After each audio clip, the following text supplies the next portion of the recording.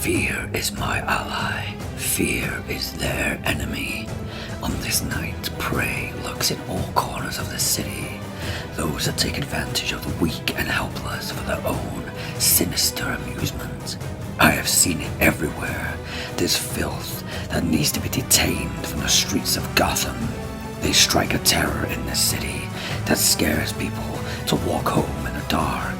But tonight they will fear me. They will fear the Batman.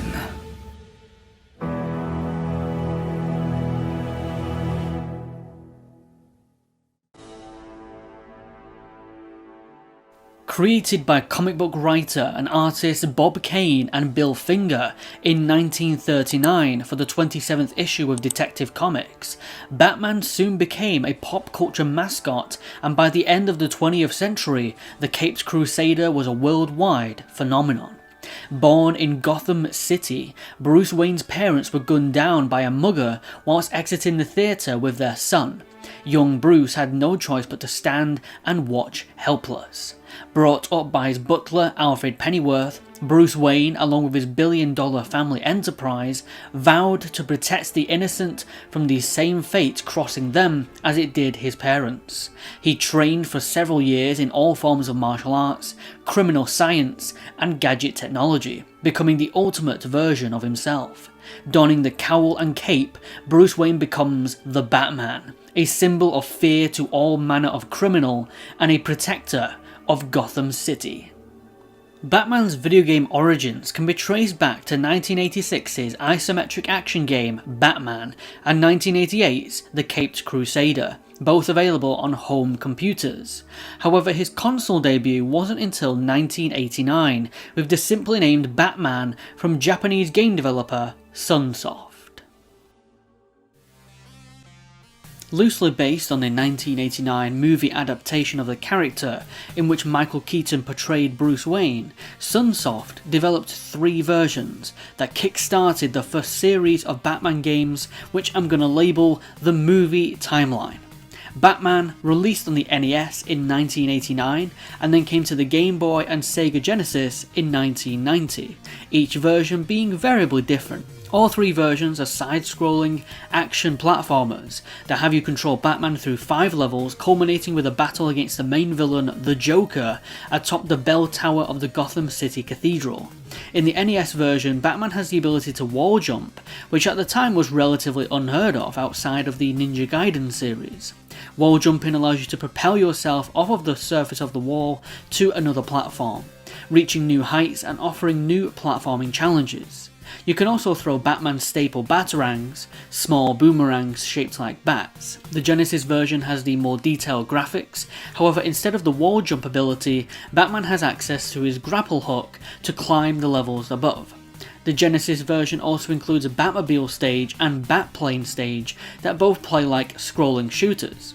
The Game Boy version has one of the biggest changes in that Batman uses a gun, making the gameplay feel more like a Contra game.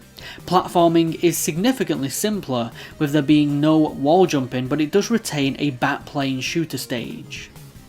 Across all 3 versions, the story remains the same. It's the 200th anniversary of Gotham City, and the people of Gotham are busy celebrating. However, Batman's attention is placed towards Jack Napier, a criminal who is discovered to be the one who murdered Bruce Wayne's mother and father all those years ago.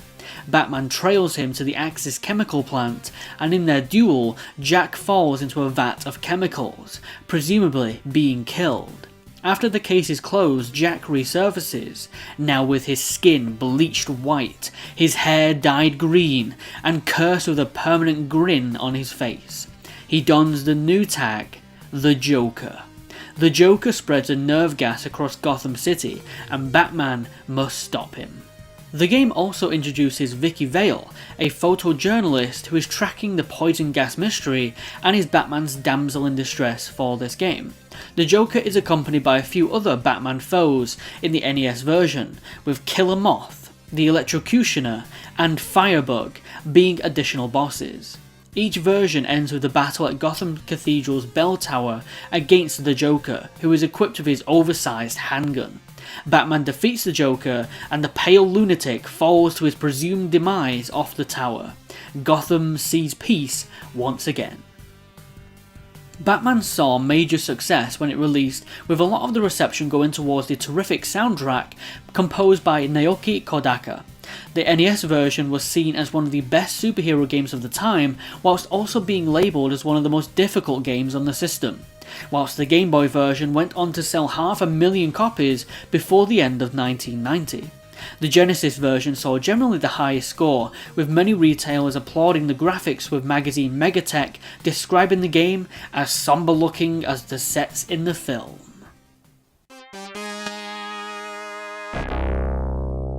Batman steadily returned to the video game scene just 2 years later in 1991, with Sunsoft's second game based on The Dark Knight, Batman: Return of the Joker. It released initially for the NES, whilst also the Game Boy and Sega Genesis received a port a year later in 1992, with the Genesis version being retitled to Batman: Revenge of the Joker. This game doesn't have any relation to the Tim Burton Batman movies, however it is a sequel to Sunsoft's Batman. They wanted to make a standalone sequel due to their success of the first game. It appears that the Joker certainly did survive his injuries from falling from the top of Gotham Cathedral. He has come back with some new kind of machine on an island off the coast of Gotham, and Batman must take him down once again. Return of the Joker is another action platformer, this time having Batman equipped with a wrist gauntlet that lets you shoot projectiles, having a lot of inspiration from Capcom's Mega Man series. You can blast your enemies, charge up your shot to shoot more projectiles at once, and collect a gold power-up that increases your firing speed. There's also the return of vehicle shooter stages where Batman is riding on his new jetpack.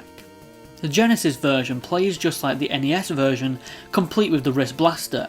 However, the levels feature more detail, and Batman's blue and grey attire is more identifiable. In the end, Batman defeats the Joker once more, destroying his island and flying back to Gotham. The Game Boy version is a lot different to the home console ports. Batman can now wall jump again, and he has a much more detailed sprite than he did in the previous Game Boy Batman game. He can also use his grapple to swing, however he doesn't have a wrist projectile attack, instead being able to launch batarangs at his enemies. There are also different levels, with the final battle against the Joker taking place within a limestone cavern. Also, the boss theme sounds mysteriously like Mortal Kombat's theme, don't you think?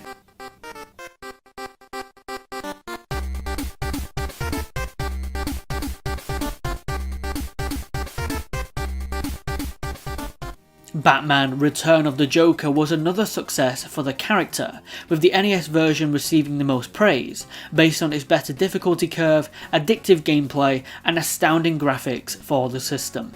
Batman: Return of the Joker in hindsight has seen many top Batman game lists, from websites such as IGN, Uproxx and Sci-Fi, with the portrayal of the Joker being listed at 3rd place in IGN's best video game portrayals of the character.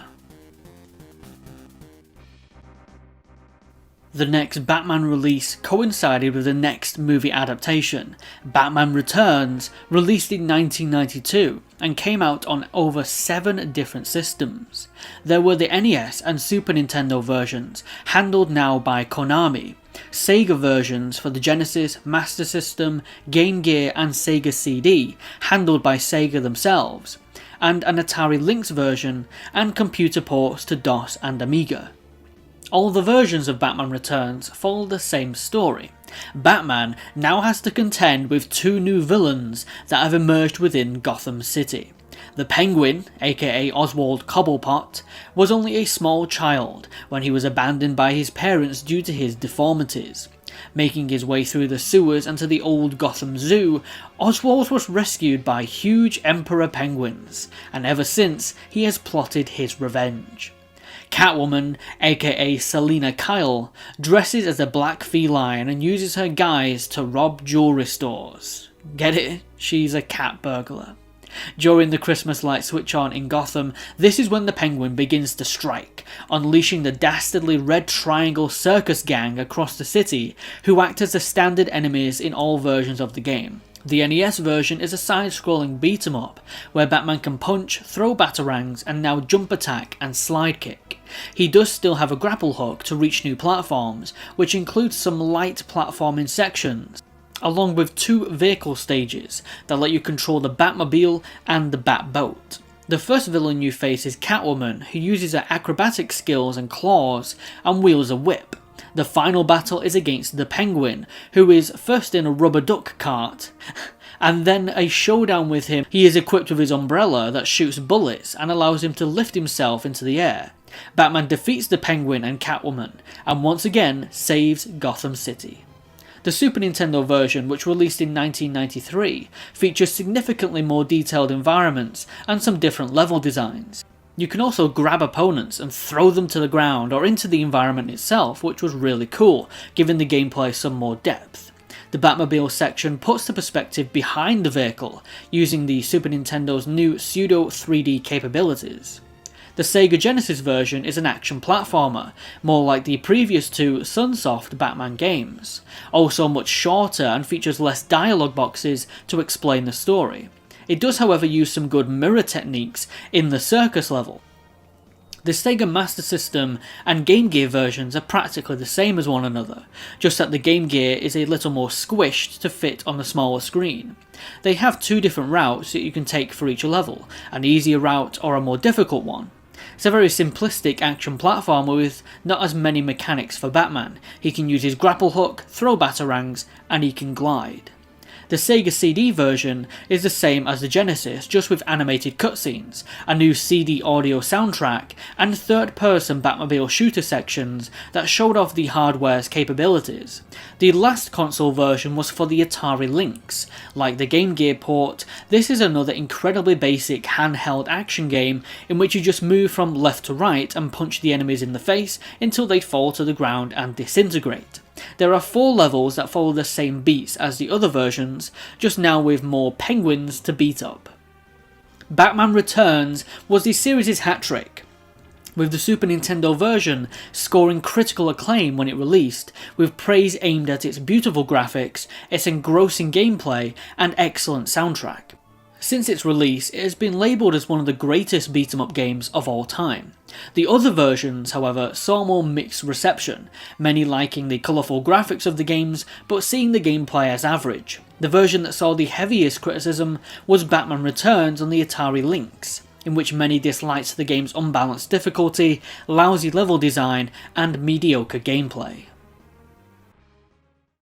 In November of 1993, Batman video games saw a new addition with Konami's second shot, Batman the Animated Series, which released exclusively for the Game Boy. This one based on the show, which was incredibly popular at the time, thus starting a new timeline of Batman Animated Series video games. Batman the Animated Series is another action platformer which features similar mechanics in Batman's arsenal, such as his ability to walk, jump, throw batarangs, and climb to new heights by using his grappling hook. For the first time, Batman's sidekick, Robin, aka Dick Grayson, is also playable in 2 of the game's 5 levels. His unique skill is being able to scale the ceilings of the levels. In the 5 levels, Batman and Robin face many deadly foes from Batman's infamous Rogues Gallery. In level 1, Batman stops the Joker from mass-producing explosive teddy bears. In level 2, Batman and Robin defeat the combined efforts of Mr. Freeze and Scarecrow, who plan to put Gotham under ice. In level 3, Batman is met by Police Commissioner Gordon to rescue Gotham's attorney Harvey Dent, who has been kidnapped by Poison Ivy. Batman also is confronted by Catwoman in this level.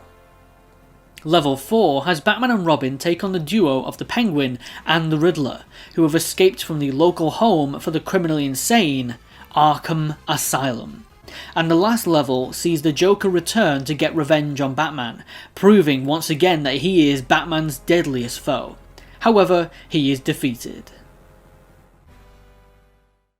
This game was followed up a year later by the third Batman game from Konami, The Adventures of Batman and Robin, which released on the Super Nintendo in 1994, and then released on the Sega Genesis, Game Gear and Sega CD in 95, with those versions being handled by Sega.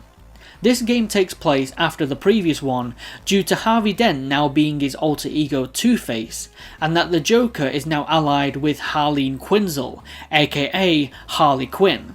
It is an action platformer that retains all of Batman's previous abilities, such as wall jumping and using his grapple gun to swing to new areas. It does introduce a new equipment section before each level that allows you to select what gadgets you'll take with you into the next stage. There's everything from batarangs, smoke bombs, a spray gun to subdue civilians, and a flashlight for darker levels. The game's graphics do a brilliant job in capturing the animated style of the same show that it's based on, in its colours and the shading of the sprites. There are 8 levels to play through, each one based on a different episode from the show. In level 1, the Joker has took over a theme park and set traps within his new funhouse, now accompanied by his henchwoman, Harley Quinn. The Batman stops them, having an awesome battle on top of a roller coaster. In level 2, Poison Ivy has been reported to have been growing a deadly carnivorous plant in the Gotham City forest area, and Batman goes to stop her. In level 3, the Penguin has attempted to steal artwork from a museum, but Batman and Robin go to apprehend him. In level 4, Batman faces off against Catwoman, and in level 5, Batman and Robin pursue Two-Face and his thugs in the Batmobile, from a bird's eye view perspective. In level 6, Scarecrow has attacked his old university that shunned his experiments with a gas that makes the occupants enraged. Batman goes to stop him and battles him on Scarecrow's plane. In level 7, the Riddler has kidnapped Commissioner Gordon and his daughter Barbara Gordon, placing them in a maze. Batman must solve the riddles of the maze and rescue them. In the final level, many of Batman's foes have escaped from Arkham Asylum. This level is a boss gauntlet. You battle the Penguin, Scarecrow, Clayface, Catwoman, Man-Bat, and have a final showdown against the Joker. In the Genesis version, you get to choose to play the game as either Batman or Robin. The gameplay is also different, being mostly a shooter, taking the batarangs to a whole new level. The foes in the Genesis version are Harley Quinn and the Joker, Two-Face, who has attempted to steal a blimp for his own schemes, the Mad Hatter, who has taken over the Gotham Theatre and created his own disturbed wonderland inside, and finally Mr. Freeze, who is creating an ice cannon. This version has some great level designs, such as battling through a film set, defeating a giant Cheshire Cat robot to reach the Mad Hatter. The Sega CD version is vastly different, being the first fully vehicular combat Batman game, with no on-foot segments. It does feature awesome animated cutscenes, complete with voice acting. The animation was done by the same Tokyo studio that animated episodes of the show, whilst all the actors reprised their roles for the characters, including Kevin Conroy for Batman, Mark Hamill for the Joker, and Lauren Lester for Robin. The villains featured in this version include Poison Ivy, the Riddler, Harley Quinn, the Joker, and the ultimate mastermind is Clayface, with you battling the Clay Behemoth in the Batplane. Lastly, the Game Gear version is a more watered down port of the Genesis version, featuring smaller levels and simpler gameplay, now being more of an action platformer than a shooter. Surprisingly, reception of The Adventures of Batman and Robin were really negative when it released, with GamePro stating that the game had mediocre action and tedious, overly difficult level design. Electronic Gaming Monthly said that the action is simplistic, repetitive, and overly difficult. Nintendo Power even criticised the Super Nintendo version for not giving Robin a more active role in the game. In recent years, many have looked back on the game a little more fondly, with IGN listing it in their top 100 Super Nintendo games of all times list, and Complex Magazine in 2018 rating it 45th in their top Super Nintendo games of all time, applauding the game's visuals and gameplay. In 1995, the Batman license went from Konami to Acclaim, recognised for handling the console ports of the early 90s Mortal Kombat games. The next Batman game was Batman Forever, which was developed by an Acclaim studio known as Probe Entertainment, and initially released for the Super Nintendo, Sega Genesis, Game Boy, Game Gear, and PC. Batman Forever takes place after Batman Returns, with Batman now accompanied by his sidekick Robin, who can be chosen as a playable character. This is an action-adventure game surprisingly similar to Midway's Mortal Kombat spin-off game Mythologies, which actually wouldn't release for another 2 years. Batman, or Robin, control very much like a fighting game, featuring different attacks with different button inputs, such as a leg sweep and an uppercut, and it has digitised character models in the same style as the Mortal Kombat games. It plays and looks this way due to Acclaim's access to the Mortal Kombat 2 game engine, which it was using at the time to produce the console ports of that game. In Batman Forever, 2 of the Dark Knight's deadliest foes, Two-Face and the Riddler, are working together to control the minds of Gotham's residents and steal the city's pension funds. The Riddler, who was once on the rise inventor Edward Nygma, working for Bruce Wayne at Wayne Enterprises, but when Bruce turns down Nygma's mind manipulation machine, it drives Edward to want revenge and to continue his invention on his own. Batman has his final showdown with the 2 villains on Claw Island, off from Gotham City. He defeats the Riddler, who turns into Big Riddle during the battle in which he grows into a muscle mass-bound Riddler, and then defeats Two-Face.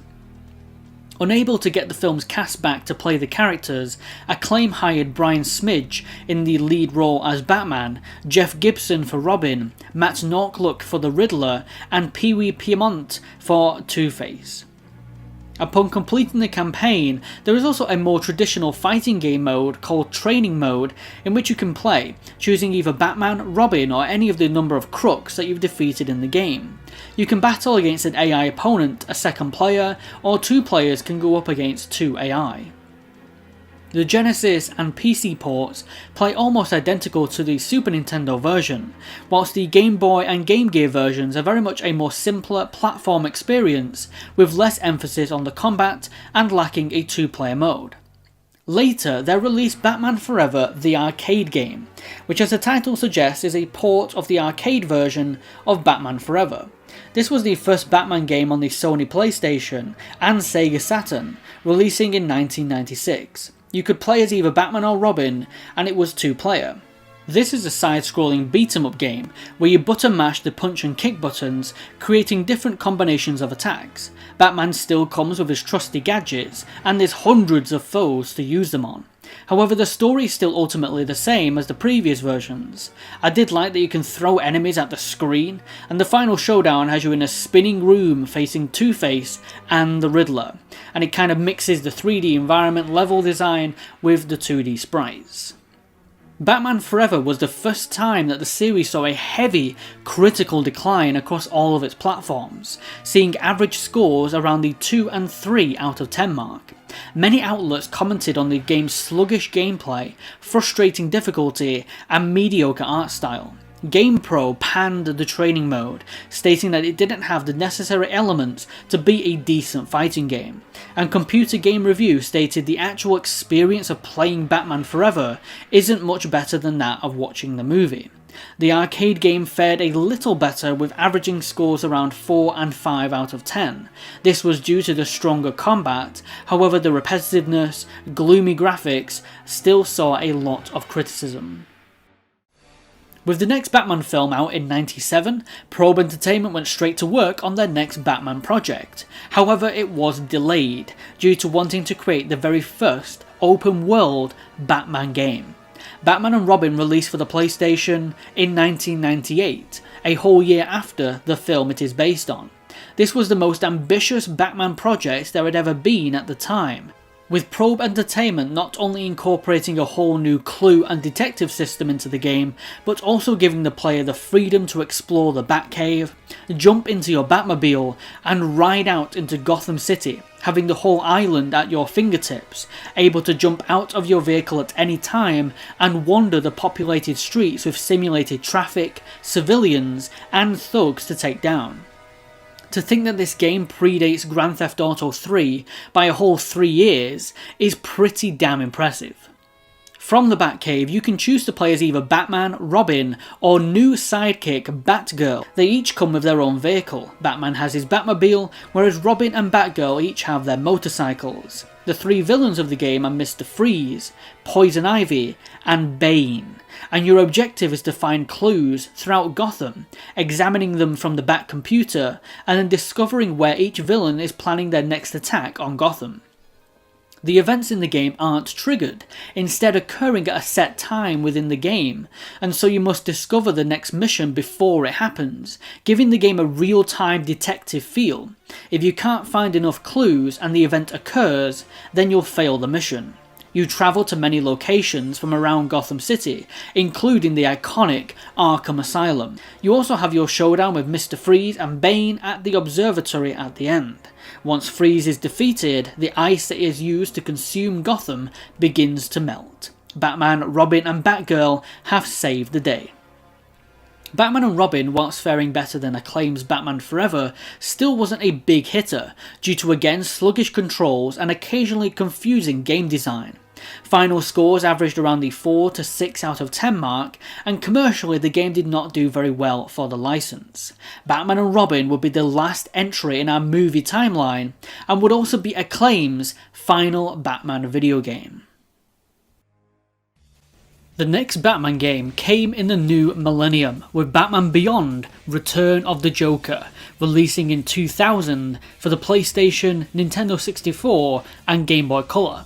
This entry was developed by Kemco and published by Ubisoft, continuing the adaptations of the animated Batman universe. Batman Beyond, also known as Batman of the Future in some regions, takes place years after Bruce Wayne has retired from being the Vigilante in Black, and has found his successor in Terry McGinnis, who later discovers he is the biological son of Bruce Wayne, created through covert genetic engineering. Terry has the same strength, agility and speed as his predecessor. The gameplay in Batman Beyond: Return of the Joker is rather simplistic. It is a 3D beat-em-up with strict linear level design and a boss to round out each mission. The villains consist of new foes from the future, members of the Joker's gang, such as Bonk, a hulking muscle man, Wolf, a criminal with the DNA of a hyena, Ghoul, a Halloween-themed crook who's kind of similar to Scarecrow, and the twins Dee Dee, the grandchildren of Harley Quinn. The group is led by the newly resurfaced Joker, who seems to be pretty spry for an 80-year-old. Using Bruce Wayne's help over the radio, you're able to defeat the gang and search for clues on the Joker's return at the now rundown and abandoned Arkham Asylum. Later, an older Barbara Gordon explains to Terry that the Joker, 40 years prior, kidnapped their partner Tim Drake, who was Robin after Dick Grayson, and messed with his mind, and Batman blamed himself for what happened. Tim Drake left the role of Robin behind and left the Bat family. Now the Joker is going to vaporize Gotham and Batman must stop him. In the final level, Terry discovers that this new Joker has been Tim Drake all along. The Joker placed a microchip in Drake's brain 40 years ago, and he's been planning his comeback all this time. Terry defeats the Joker, destroying the persona and allowing Tim Drake to be himself again, and he is reunited with Barbara and Bruce.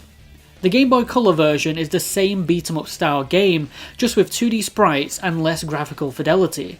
The layered level design, combat, villains and storyline is all retained. Unfortunately, Batman Beyond: Return of the Joker was another misfire for the Bats, receiving overwhelmingly negative reception, aimed directly at the game's repetitive and basic gameplay, outdated and unoriginal design, and the lack of a save feature or even a two-player mode, which was a staple of the beat-em-up genre. Personally, I quite enjoyed the game's plot twist. In 2006, it was ranked in Electronic Gaming Monthly magazine as the 10th worst reviewed game in the magazine's history, whereas the Game Boy Color version surprisingly was seen in a better light, with one critic, Ian Osborne, calling the game bold, exciting and gripping. With Ubisoft now holding on to the Batman license, they pumped out 3 Batman games in the next year of 2001. The first, Batman Chaos in Gotham, was released for the Game Boy Color and developed by Digital Eclipse. This game takes place after the adventures of Batman and Robin, with the Bat family now consisting of Barbara Gordon's Batgirl, Tim Drake's Robin, and Dick Grayson now donning his Nightwing persona. Like all good Batman stories, Chaos in Gotham begins with an explosion at Arkham Asylum that sees some of the most vicious criminals escape into the night, and now it's your job to go and round them up. Chaos in Gotham is a simple, side-scrolling action platformer that doesn't add much to the history of Batman video games, unless fighting crooks on top of dinosaur bones counts. The villains you'll face consist of Mr. Freeze, the Joker with Harley Quinn, new villain Roxy Rocket, Poison Ivy, Bane, and lastly Two-Face. It also fits in vehicle sections and as you take control of Batgirl for one of the levels, which was a nice touch. Ubisoft followed Chaos in Gotham up with Batman Gotham City Racer, which released exclusively for the PlayStation and was the last Batman game for that system. Developed by Sinister Games, Gotham City Racer is the second Batman game centered solely on driving. There are 50 missions to complete as either Batman, Batgirl, Robin or Nightwing. This is far from a traditional racing game, instead the missions consist of simple objectives such as drive to this location in a set amount of time or tail this character to their hideout, and occasionally there will be a battle that will incorporate some vehicular combat. This game is also the second time that the city of Gotham has been rendered in full 3D for you to drive around in, however you can't exit your vehicle. The plot is as simplistic as Batman's most notorious villains, everyone from the Joker to Clayface to Catwoman to the Penguin, have all escaped from Arkham and are running rampant once again, and it's your duty to send them all back. One nice feature is the developers did incorporate animated cutscenes from the show in between a few of the levels to give a little context. To round off 2001, the third Batman game was Batman Vengeance, releasing for the PlayStation 2, Nintendo GameCube, Xbox, Game Boy Advance, and later PC in 2002. This game was developed by Ubisoft Montreal, and once again took place in the animated universe. Batman Vengeance was a more cinematic, higher budget action-adventure title following another plot concerning the clown prince of crime. This time, the Joker, voiced by Mark Hamill, has hatched an elaborate plan to burn Gotham City to the ground for his own amusement. With the aid of Harley Quinn, the Joker manages to fool Batman, voiced by Kevin Conroy, into thinking he has perished when falling off Gotham Bridge in the opening chapter. The Joker then uses super criminals Mr. Freeze and Poison Ivy to distract Batman whilst his plan is working. With the help of Batgirl, the Caped Crusader is able to discover Joker's games before it's too late, and he battles Joker in the final act of the game. Batman Vengeance was the closest we had gotten at the time to really feeling like we were playing an episode of the show, featuring the same voice cast, graphics that replicate the noir style of the show, and letting us play as the Batman using all of his staple gadgets, hand-to-hand combat, and some light puzzles to solve. Vengeance included the Batcuffs, with which you could use to subdue enemies after you've beaten them so that they don't get back up, which was an interesting idea to add to the game's combat system. Vengeance also introduced the free fall event, in which you'll sometimes have to jump from a height and rescue someone falling, and there are segments dedicated to Batman's trusty vehicles, the Batmobile and the Batplane. By the end, the four villains end back up in their cells at Arkham, and Batman goes back to waiting for his next calling. The Game Boy Advance version is a side-scrolling action platformer rendition of the same game, with a similar plot and characters. It features top-down and scrolling vehicle shooter segments for the Batmobile and Batplane, and also includes appearances from Tim Drake's Robin and Dick Grayson's Nightwing, who were curiously missing from the home console versions. Robin is even playable in a few of the levels. He's played from a top-down perspective. His sections feature simple puzzles like moving crates to progress. Batman Vengeance was a bit of a sleeper hit, releasing with not much fanfare, as many outlets passed the game off with middling reviews. However, by the end of 2002, Vengeance had sold well over 500,000 copies, and in retrospect, the memories of this game are a little more fonder than when it released. Whilst Ubisoft worked on the animated side of the Batman universe, Kemco, the developers of Batman Beyond, came back with a new original Batman video game that they announced at the 2001 E3 Games Showcase. They had envisioned a new attempt at an open-world Batman game that had a grittier, darker tone and would allow the player to freely roam Gotham in their Batmobile, Batboat or Batplane. However, throughout the game's development, the project was heavily scaled back in terms of scope, and when it finally released in 2003, it was rushed out the door, having only a fraction of the ideas that were originally presented. Batman Dark Tomorrow released for the GameCube and Xbox, with the PS2 version getting cancelled before it could be completed. Dark Tomorrow plays like a very linear action-adventure game that has some rough platforming segments and some choppy combat. It borrows a lot of the elements from previous Batman games, like the grappling hook, batarangs, and even the batcuffs from Vengeance, that have this same use here. The game can be broken up into 3 chapters, and takes place in a completely separate timeline from any other games before it. It starts with a gang war between 2 of Batman's lesser known villains, Black Mask and the Ventriloquist. Once Batman has taken care of the 2 crime lords, he gets report from Oracle, who is Barbara Gordon just after she's put down the Batgirl persona, that Arkham Asylum has once again been breached and her father, Commissioner Gordon, has been kidnapped. We get a quick cameo from Tim Drake's Robin and the second Batgirl, Cassandra Kane, who come to aid Batman, and then it's on to the second chapter, Arkham Asylum.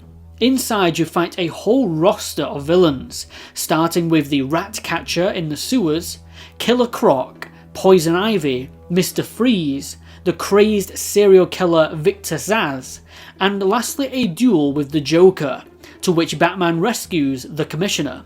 Knowing it wasn't the Joker who caused all of this mayhem, Batman deducts that this must be his old foe, Ra's al Ghul, a hundreds of years old criminal mastermind, head of the League of Shadows clan, and uses what is called a Lazarus Pit to prolong his life. Batman makes his way to Ra's al Ghul's castle in the Himalayan mountains. He battles his League of Shadows and comes face to face with the mastermind.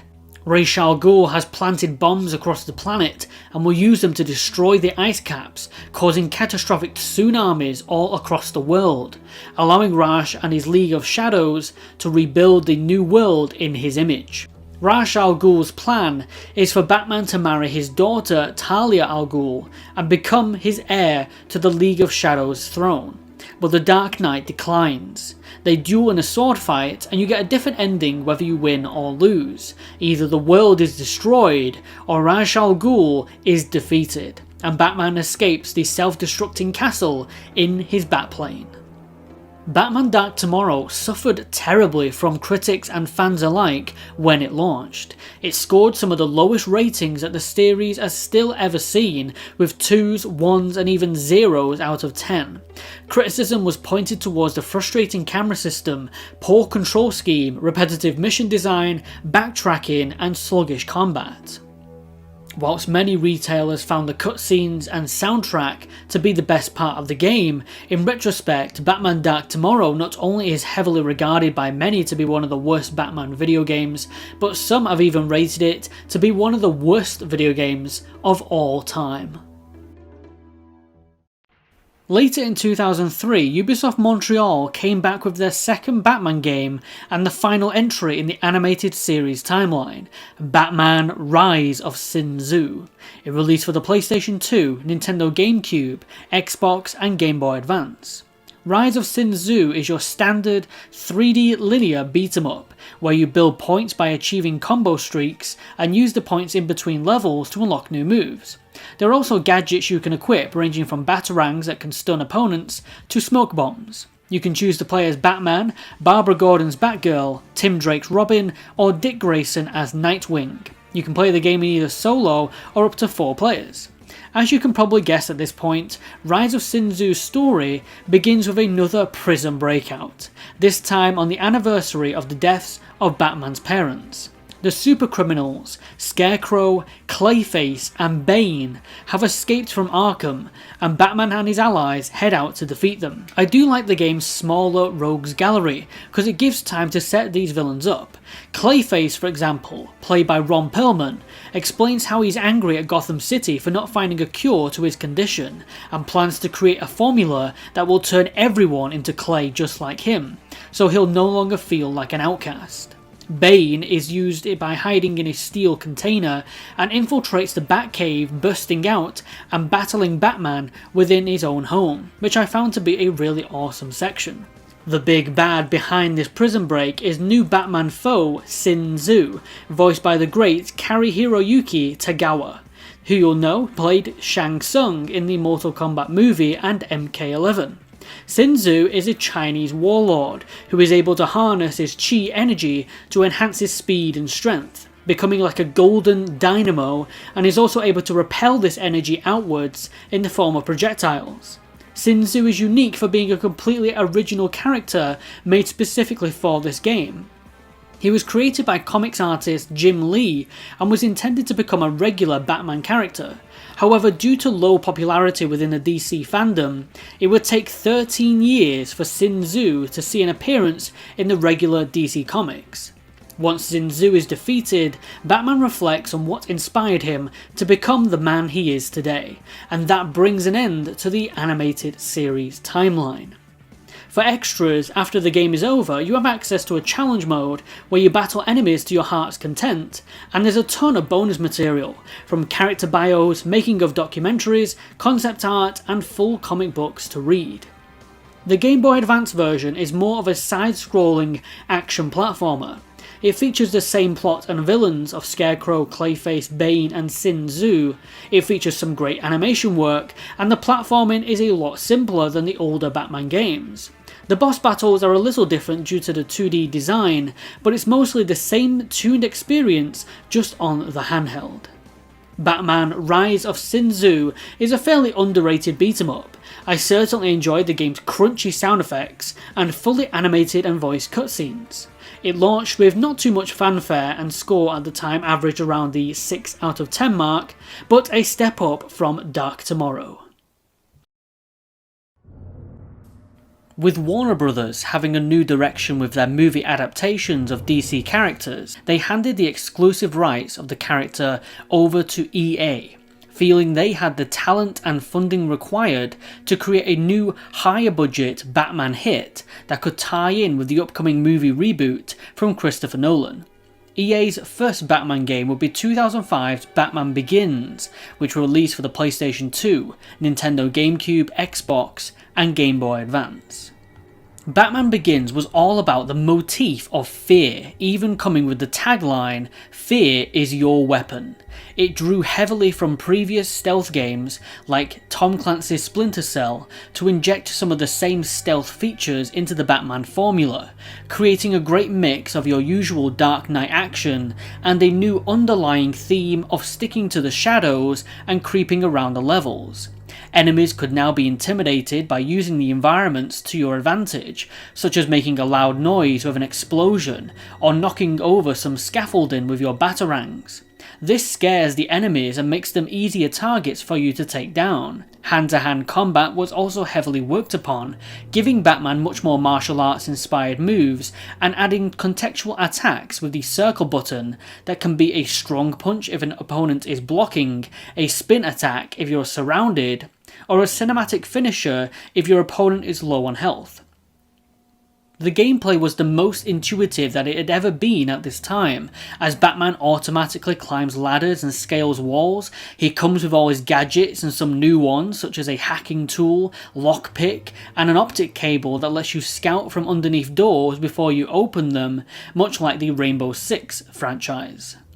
Another improved addition in Batman Begins are the Batmobile segments, which feel heavily inspired by EA's own Burnout series. You drive at incredible speeds through the linear track-like levels, smashing into foes, and it does this slow-motion camera rotation of the wreckage, very much like Burnout. The new Tumbler Batmobile looks terrific, especially with the rain effects. In fact, all of Batman Begins looks really impressive for this generation, capturing that moody, atmospheric lighting and look in every level, which is iconic of the Batman brand. Many of the actors from the movie also came back to portray the cast in this game. The only actor that didn't return was Gary Oldman for Commissioner Gordon, instead being voiced by Gavin Hammond. As for the plot of Batman Begins, it stays very close to the story from the movie that it's based on. It starts out as an origin story for Bruce Wayne, played by Christian Bale. He sees his training with the League of Shadows in the Himalayan mountains, mentored by Ra's al Ghul, played by Liam Neeson. However, when his training leads him to be asked to kill, Bruce denies the action and sabotages the temple so that he can escape. He returns back home to Gotham and creates his Batman persona. For the first chapter of the game, Batman is tailing crime lord Carmine Falcone, who is smuggling toxins into Gotham City on orders of Dr. Jonathan Crane, aka Scarecrow, played by Cillian Murphy. Dr. Jonathan Crane was a morally bankrupt psychopharmacologist at Arkham Asylum.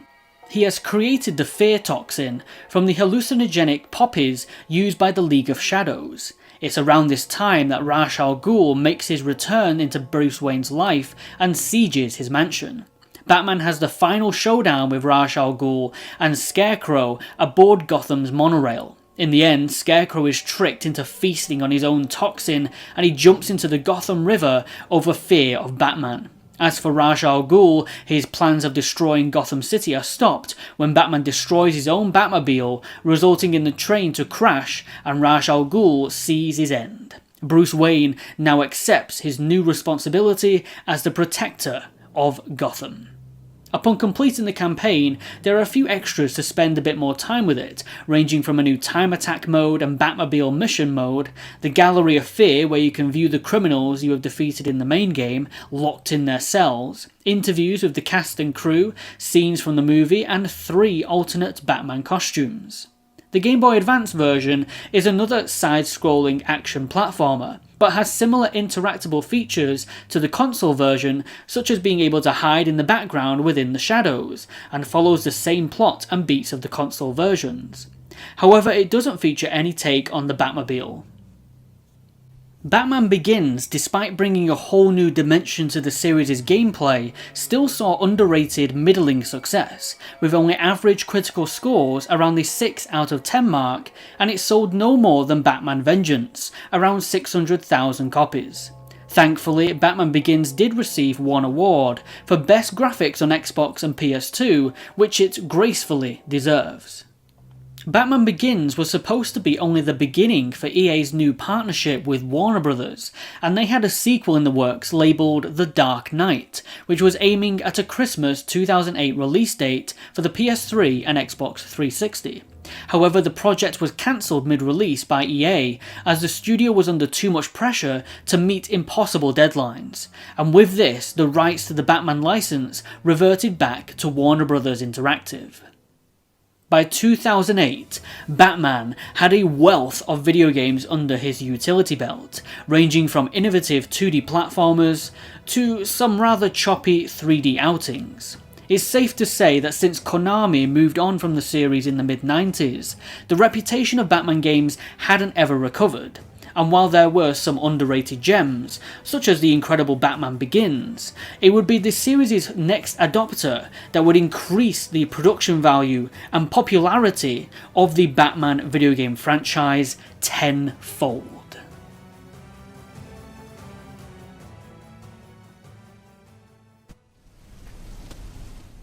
This is where Scorpion first entered the mortal realm.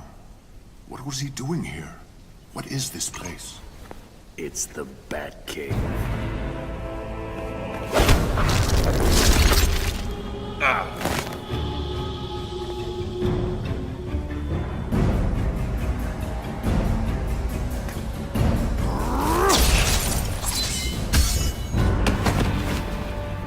Your world is invading mine, affecting everything and everyone in it. Don't think you'll take me so easily.